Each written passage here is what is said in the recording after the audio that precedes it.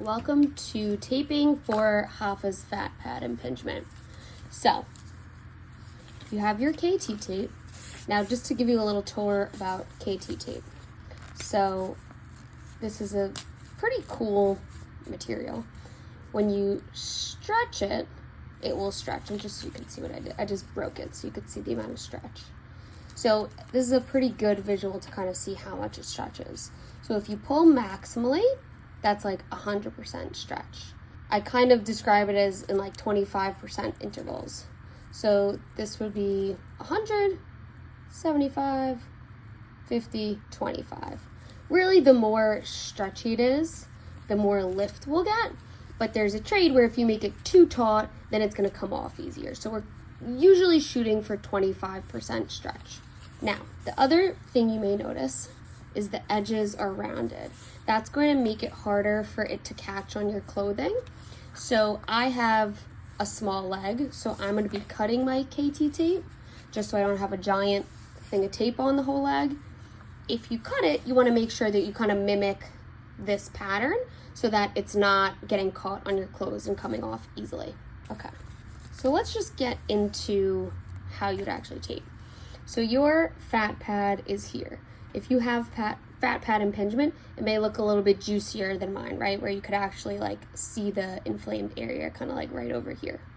So our goal is that as your kneecap is coming in and out of the groove with your movement, that we're helping your fat pad actually get out of the way, because there's not a whole bunch of space in the actual, anatomically, that the fat pad has to occupy. So if there's any irritation, swelling, inflammation, it's going to make it even harder. So KT tape, you're going to place it, you're going to use two pieces. So we're going to place it on really either side of our fat pad. So our patellar tendon kind of bisects the area. So we're going to aim to put it kind of right on, right on either side of each section. Now, when you put down the tape, you're going to put it down with 0% stretch. So our ends are always 0% stretch. It doesn't need to be perfect, but the smaller you are, the more it's gonna like cover. So you're gonna rub it in, that just activates the adhesive, and then we're gonna have our tape. So, okay. Now, I could probably cut this to be a better size for my leg, which, you know, I probably should have done earlier.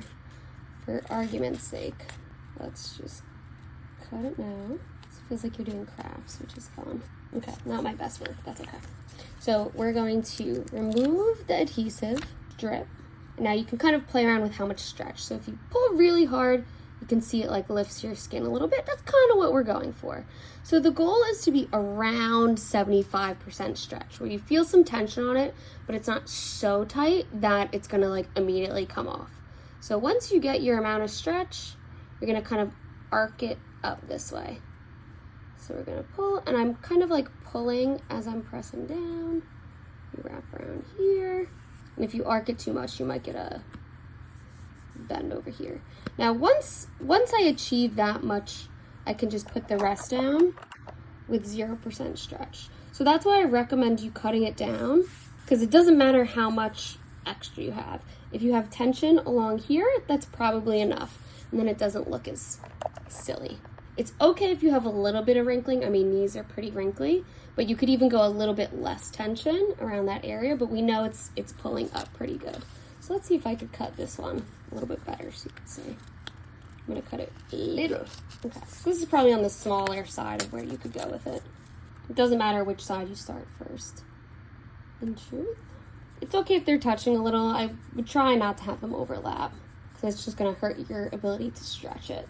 Same thing, I like to use my finger to mark where my 0% stretch is gonna be, where I anchor it, right there. Okay, so same thing, I apply a little pressure, pull, then you rub both sides in.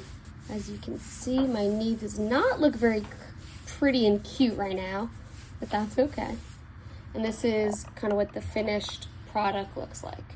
So see how that makes you feel, and hopefully it helps.